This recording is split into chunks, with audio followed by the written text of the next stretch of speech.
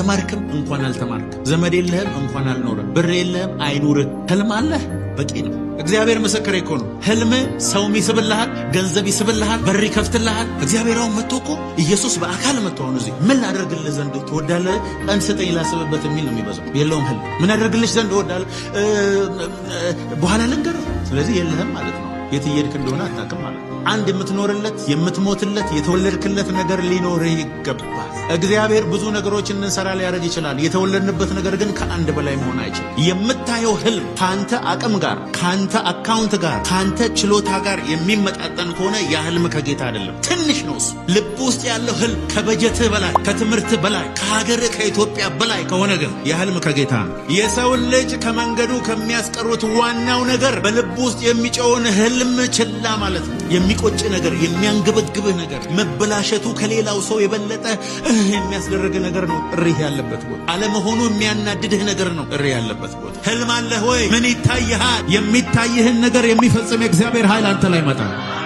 እግዚአብሔር በዘመናት መካከል ትልቅ ሥራ የሰራባቸው ሰዎች በሙሉ ህልም ያላቸው ሰዎችን ብቻ፣ ውስጣቸው ለሚጮህ ጩኸት ታማኝ የሆኑ ሰዎች፣ ውስጣቸው የሚገላበጥ ራእይ ያላቸው ሰዎች፣ ይህን ሳልሰራማ አልሞትም የሚሉ ሰዎች፣ እግዚአብሔር እነሱን ሰዎች ነው የሚመርጠው።